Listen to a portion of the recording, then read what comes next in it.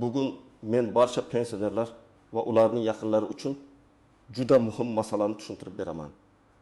Pensiya guvohnomasi bekor qilinmoqda degan xabar nimani anglatadi? Bundan keyin pensioner o'z maqomini qanday tasdiqlaydi? Qaysi holatlarda hujjat so'ralishi mumkin va odamlar qanday xatolarga yo'l qo'ymasligi kerak? Bu ma'lumot oddiy yangilik emas. Chunki u pensiya oladigan har bir insonning kundalik hayotiga tegishi mumkin. Bankda, dorixonada, transportda, sanatoriy yo'llanmasida, kommunal imtiyozlarda yoki davlat xizmatlaridan foydalanishda. Shuning uchun videoni oxirigacha ko'ring. Hozirning o'zida kanalga obuna bo'ling, like bosing. Chunki men bu mavzuni oddiy tilda, huquqiy va amaliy tomondan birma-bir tushuntirib beraman. Avval ko'p yillar davomida pensioner deganda odamning qo'lida alohida pensiya guvohnomasi bo'lishi odatiy hol edi. Ya'ni fuqaro pensiyaga chiqqanidan keyin unga maxsus guvohnoma berilar.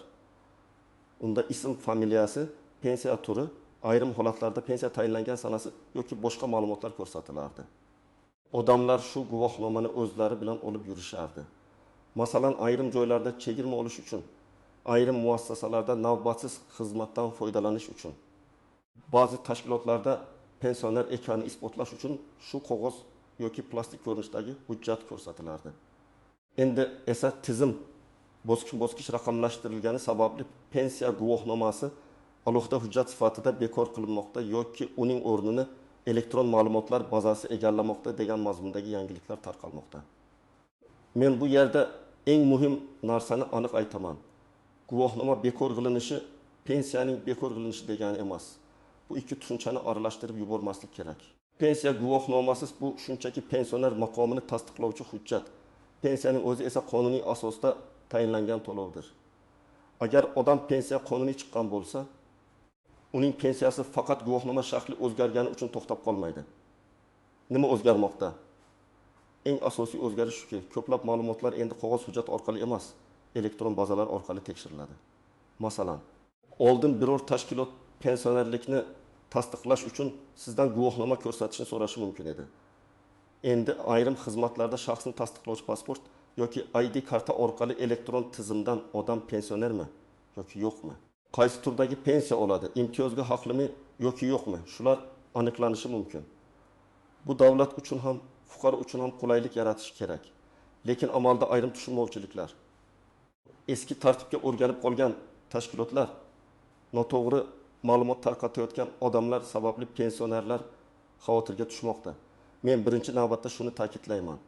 Agar sizning qo'lingizda eski pensiya guvohnomasi bo'lsa, uni tashlab yubormang. Hujjat rasman talab qilinmaydigan holatlar ko'paygan bo'lishi mumkin. Lekin eski guvohnoma ayrim vaziyatlarda qo'shimcha dalil sifatida kerak bo'lib qolishi mumkin. Ayniqsa, mahalliy tashkilotlarda eski arxiv ma'lumotlari bilan ishlaganda yoki biror imtiyoz masalasida tushunmovchilik chiqsa, qo'lingizdagi hujjat ishni tezlashtirishi mumkin. Endi men kimlar bu o'zgarishdan xavotir olishi kerak? Kimlar esa xotirjam bo'lishi mumkinligini aniq misollar bilan tushuntiraman. Eng avvalo, yoshga doir pensiya olayotgan oddiy pensionerlar bor. Masalan, 60 yoshdan oshgan erkak yoki 55 yoshdan oshgan ayol pensiya tayinlatgan. Har oy bank kartasiga yoki naqd shaklida pensiya olyapti. Bunday odam uchun pensiya guvohnomasining bekor qilinishi odatda pensiya to'loviga ta'sir qilmaydi. Agar pensiya tayinlangan bo'lsa, to'lovlar pensiya jamg'armasi yoki vakolatli organ bazasida turadi. Sizning asosiy hujjatingiz pasport yoki ID karta bo'ladi. Misol uchun, Toshkent viloyatida yashaydigan 63 yoshli Ahmad aka har oy 1 million 200 ming so'm pensiya oladi deylik. Uning eski pensiya guvohnomasi uyida turibdi. U dorixonaga borib, pensionerlar uchun mavjud bo'lgan chegirma yoki ijtimoiy yordam bo'yicha murojaat qilsa, dorixona yoki tegishli tashkilot undan guvohnoma o'rniga ID karta so'rashi mumkin. Tizim orqali uning pensioner ekanligi ko'rinadi. Bu yerda Ahmad akaning pensiyasi yo'qolmaydi. Guvohnoma yo'q bo'lsa ham u pensioner maqomidan mahrum bo'lmaydi. Lekin agar joydagi xodim hali yangi tartibni tushunmasa va eski guvohnomani talab qilsa, aka pensiya jamg'armasi bo'limidan ma'lumotnoma yoki elektron tasdiq olishga haqli. Ikkinchi toifa nogironlik pensiyasi oluvchilar. Bu yerda biroz ehtiyotkorlik kerak. Chunki nogironlik pensiyasi ko'pincha tibbiy mehnat ekspertizasi, nogironlik guruhi, muddatli yoki muddatsiz belgilanishi kabi ma'lumotlarga bog'liq bo'ladi. Guvohnoma bekor qilinishi nogironlik pensiyasini bekor qilmaydi. Lekin odamning nogironlik maqomini tasdiqlovchi boshqa hujjatlari ham tartibli bo'lishi kerak. Masalan, iki guruh nogironligi bor fuqaro har oy pensiya oladi. Lekin uning nogironlik muddati qayta ko'rikdan o'tishga bog'liq bo'lsa, asosiy muammo guvohnomada emas, qayta tibbiy ko'rik muddatida bo'ladi. Agar qayta ko'rikdan o'tish muddati o'tib ketsa, pensiya to'lovida muammo paydo bo'lishi mumkin. Odamlar ba'zan buni pensiya guvohnomasi bekor bo'lgani bilan bog'laydi. Aslida esa sabab tibbiy hujjatlarning yangilanmaganda bo'ladi. Uchinchi toifa boquvchisini yo'qotganlik pensiyasi oluvchilar. Masalan, ota-onasidan bir vafot etgan bola boquvchisini yo'qotganlik pensiyasini oladi. Bu holatda guvohnoma masalasi alohida, pensiya olish huquqi esa alohida. Agar bola voyaga yetmagan bo'lsa yoki kunduzgi ta'limda o'qiyotgan bo'lsa, tegishli hujjatlar asosida pensiya davom etadi. Lekin o'qishdan chiqarilgan, o'qish shakli o'zgargan yoki yosh chegarasi tugagan bo'lsa, pensiya to'xtashi mumkin. Shuning uchun bu toifadagi oilalar har o'quv yili boshida o'qish joyidan ma'lumotnoma masalasini tekshirib turish kerak. Guvohnoma bor yoki yo'qligi emas, huquqni tasdiqlovchi asosiy hujjatlar muhim. 4-toifa imtiyozlardan foydalanadigan pensionerlar. Mana shu joyda eng ko'p savollar tug'iladi. Chunki pensioner faqat pensiya olmaydi. Ba'zan kommunal to'lovlar, dori-darmon, transport, sanatoriy, ijtimoiy yordam, protez ortopediya vositalari, reabilitatsiya xizmatlari bo'yicha imtiyoz yoki yengilliklardan foydalanishi mumkin. Avval ko'p joyda odamdan pensiya guvohnomasi so'ralgan. Endi esa tegishli tashkilot elektron tizim orqali tekshirish kerak bo'lishi mumkin.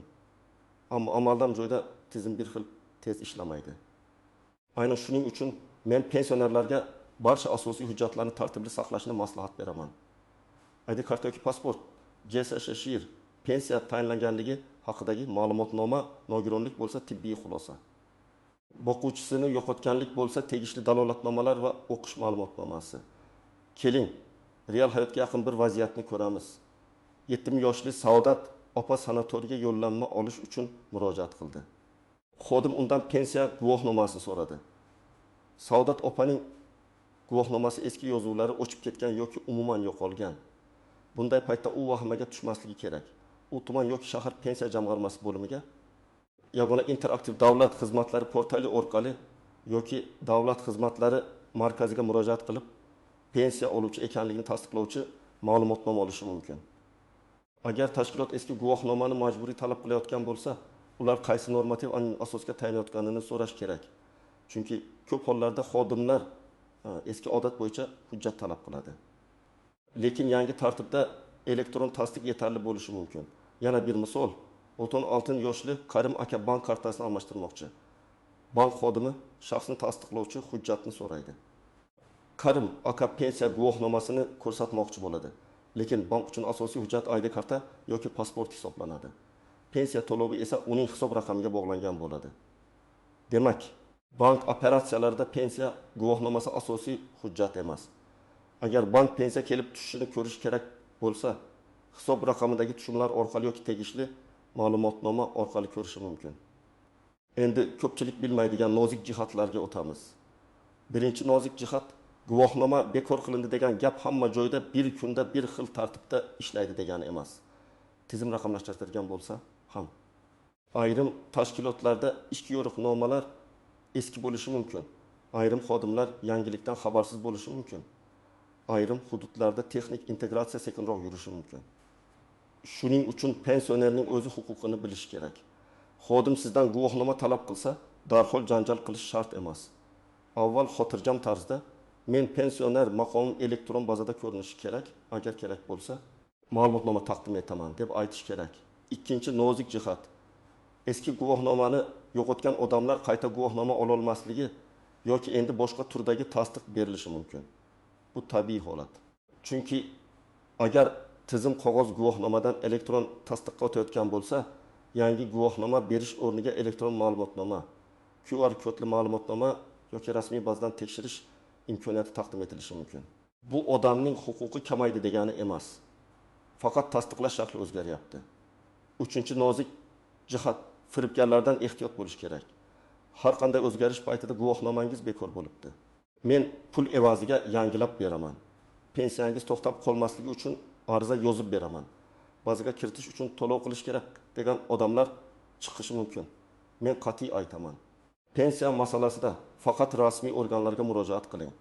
Hech kimga karta raqamingizni, SMS kodini, pasport nusxangizni, bank ma'lumotlaringizni shubhali kanallar orqali bermang. Pensiya qayta rasmiylashtiriladi. Guvohnoma yangilanadi. Baza to'g'rilanadi degan bahona bilan pul so'rashsa, bu juda katta xavf belgisi. 4-chi nozik jihat. Pensionerlik maqomi bilan pensiya miqdori masalasi aralashib ketmasligi kerak. Guvohnoma bekor qilinishi pensiya miqdori oshadi yoki kamayadi degani emas.